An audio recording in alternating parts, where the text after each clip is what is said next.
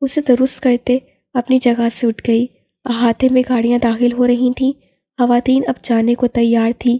جنت ان سے مل رہی تھی، وہ دوسری لڑکی کی کسی بات پر مسکرا بھی رہی تھی۔ کچھ ہی دیر بعد وہ کمرے کا دروازہ کھول رہی تھی اور وہ گیلری کی سلائٹس بند کرتا اندر آ گیا تھا۔ خالی مگ میز پر رکھ دیا۔ جنت نے شال اتار کر کرسی پر ڈال دی۔ کیا کوئی ہمیں مس کر رہا تھا؟ بالکل بھی نہیں، لیکن کوئی گیلری سے تاڑ تو رہا تھا۔ اب انسان کھلی فضا میں سانس بھی نہ لے۔ وہ ہنسی۔ یہ انسان کچھ زیادہ عجیب نہیں ہے؟ آنکھیں روشن تھیں، لہجے میں شرارت۔ فارس کے نرم ہاتھوں کی گرفت اس کے کندھوں پر ٹھہر گئی۔ اپنی بات کر رہی ہو؟ تمہارا ذکر کر رہی ہوں۔ مجھے نہیں پتا تھا میری بیوی ایک ایلین ہے۔ بہت اچھا اور خوشگوار سا موڈ بس ایک لمحے میں غارت ہوا تھا۔ لب بھینچ کے بھن میں سکڑ گئیں۔ تم پہلے زیادہ اچھی لگ رہی تھیں۔ تم مجھے اب زیادہ برے لگ رہے ہو۔ وہ ہنس پڑا۔ اپنا نیکلس اتارنے کو ہاتھ اٹھائے تو فارس سے ہک کھولنے میں مدد کر دی۔ ہفا ہفا سی اپنے لباس کا گھیرا سنبھالے ڈریسنگ ٹیبل پر جا بیٹھی اور وہ اس کے پیچھے کھڑا تھا۔ لبوں پر مسکراہٹ تھی۔ اتنی سی بات پر اتنا غصہ؟ مجھ سے بات نہیں کرو پلیز۔ ظاہر ہے ایلینز کو انسانوں کی باتیں کہاں سمجھ میں آئیں گی۔ گھنا کر رخ بدلا، لڑنے مرنے کو منہ کھولنے ہی والی تھی کہ فارس کا موبائل بج اٹھا۔ ایک سیکنڈ۔ ہاتھ اٹھا کر اسے روک دیا، گویا وہ بھی اس جنگ کے لیے مکمل تیار تھا، بس کال ضروری تھی۔ جنت کمال لب بھینچ کر رخ بدل گئی۔ فون پر دوسری طرف آغا علی تھا۔ اس کی بات سنتے فارس نے بے اختیار جنت کی طرف دیکھا۔ ایئرنگز اتارتے ہوئے اس نے بھی آئینے میں فارس کو ہی دیکھا۔ آنکھوں ہی آنکھوں میں اشارتاً سوال کیا، یہ کیا ہوا؟ اس کے تاثرات کچھ تھے ہی ایسے کہ نہ چاہتے ہوئے بھی وہ الرٹ ہو گئی۔ ٹھیک ہے، آنے دو انہیں۔ سنجیدگی سے بات کرتا وہ اسی وقت کمرے سے چلا گیا۔ جنت نے جوڑا کھول کر ڈھیلی سی چٹیاں بنائی، منہ دھویا اور کپڑے بدل کر باہر آ گئی۔ ملازمہ ریحان کو ابھی تک اوپر نہیں لائی تھی۔ وہ لفٹ سے نیچے فلور پر آ گئی، آہستہ سے قدم اٹھاتے آگے بڑھی۔ کچھ جانی پہچانی آوازیں سماعت سے ٹکرائیں تو چونک گئی۔ ارشاد کی زد میں اس کا دل زور سے دھڑکنے لگا۔ دائیں جانب لونج کا منظر نمایاں ہوا تو اس کی رفتار ایک دم سے سست پڑی۔ جمیلہ دود وہاں تھیں، سائرہ حالہ، ان کے شوہر اور اس کی حفصہ آپ بی بی۔ جنت کا وجود پتھر ہو گیا۔